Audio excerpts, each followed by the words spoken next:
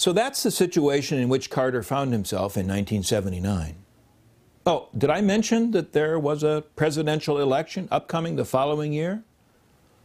If Carter was going to have any chance of winning re-election, something he dearly wished to do, he needed to demonstrate that he had a viable plan for remedying these economic woes.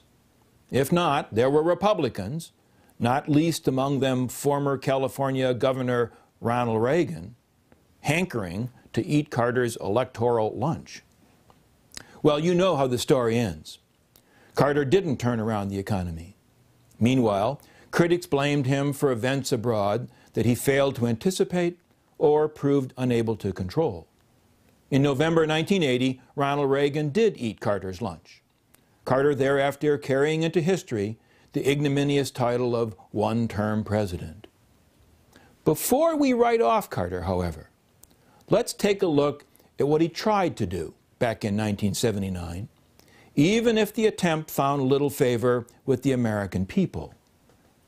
From where we stand today, much of what this course refers to as America's war for the greater Middle East, all the fumbling around in places like in Iraq, Afghanistan, might appear predetermined. In fact, however, back in 1979, Jimmy Carter discerned a different course.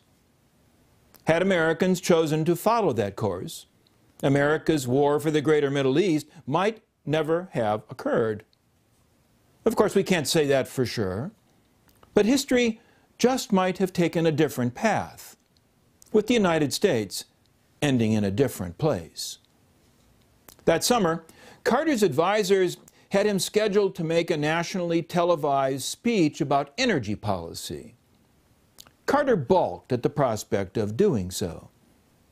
The energy crisis, the nervousness afflicting Americans about whether or not there would be any gas at the pumps next week and what it was going to cost, was not really the problem, he believed. It was merely a symptom of the problem.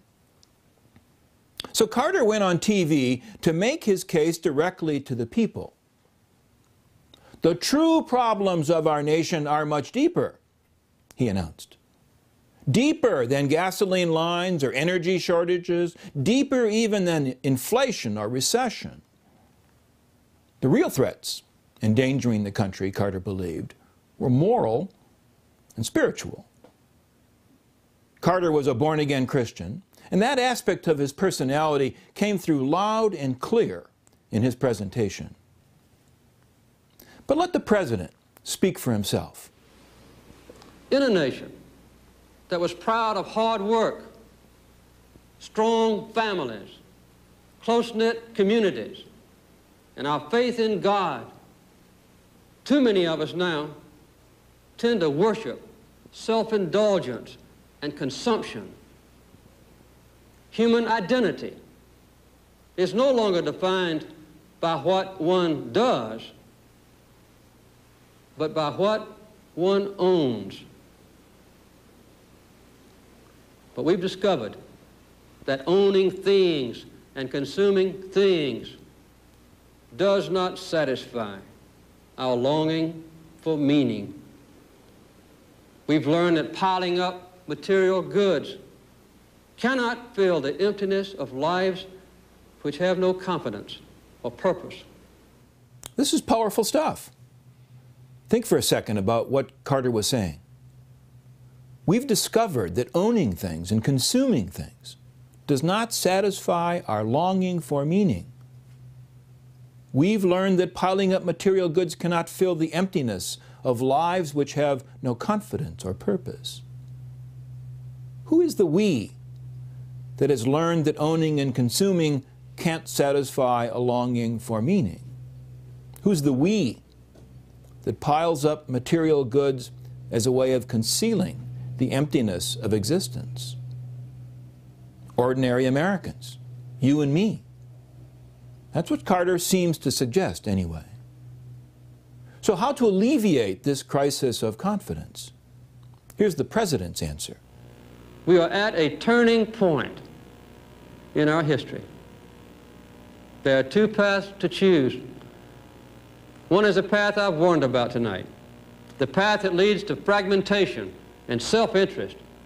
Down that road lies a mistaken idea of freedom, the right to grasp for ourselves some advantage over others. That path would be one of constant conflict between narrow interest, ending in chaos and immobility. It is a certain route to failure.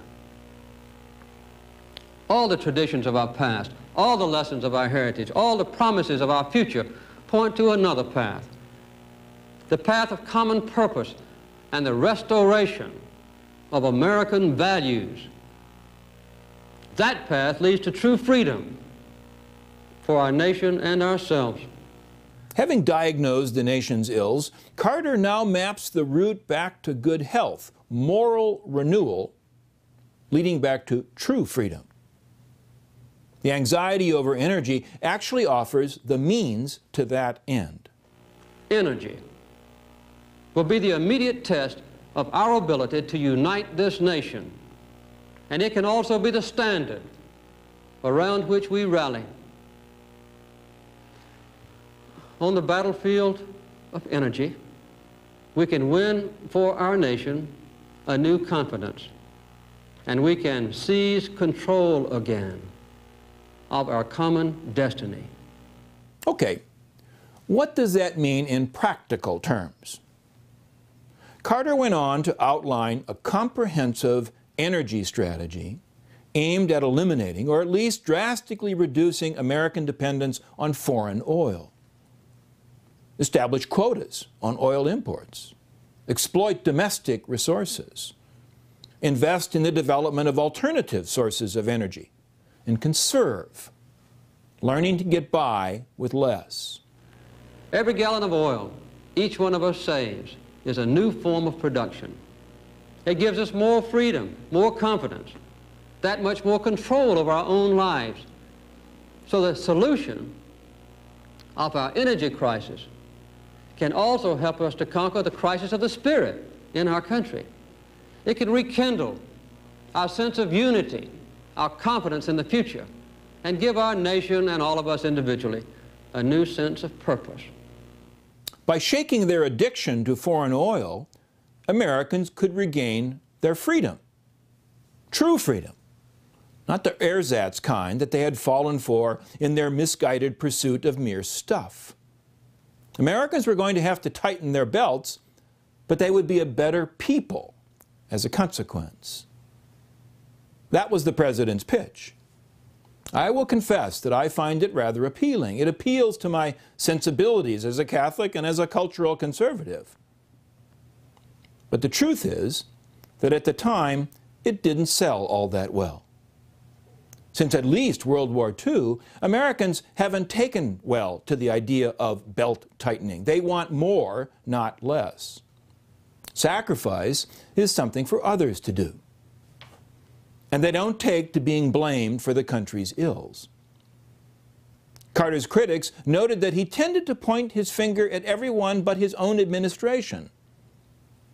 One writer in the New York Times mocked Carter agonistes for, quote, passing judgment on us all and speaking solemnly not of blood and sweat, but of oil and sin.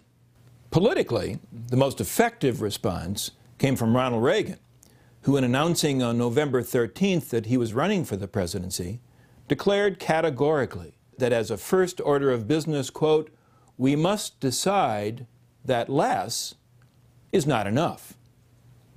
In Reagan's vision of America, people would never settle for less. They expected more. Here's what he had to say.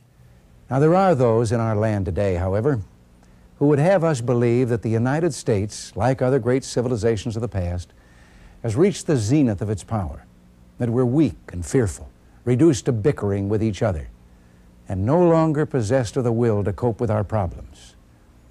Much of this talk has come from leaders who claim that our problems are too difficult to handle. We're supposed to meekly accept their failures as the most which can humanly be done. They tell us we must learn to live with less and teach our children that their lives will be less full and prosperous than ours have been, that the America of the coming years will be a place where, because of our past excesses, it will be impossible to dream and make those dreams come true. I don't believe that. And I don't believe you do either. In his Crisis of Confidence speech, Jimmy Carter had suggested that by getting by with less, Americans might recover their virtue and discover the meaning of true freedom. In launching his run for the presidency, Ronald Reagan insisted that having more was itself a virtue, with Americans having no need for tutoring in the meaning of freedom. For Reagan, America itself defined freedom, which could be measured quantitatively. Politically, the argument was one that Reagan was destined to win. In other respects, the outcome is less clear-cut. In retrospect, Jimmy Carter's warnings retain a prophetic aspect. By disregarding his warnings, Americans have paid a considerable price. This much is certain. As 1979 turned to 1980, the stage was set for what would become an effort stretching across several decades to use American power, especially its military power, to determine the course of events across much of the Islamic world. Let us now examine in greater detail the immediate origins of this war for the greater Middle East.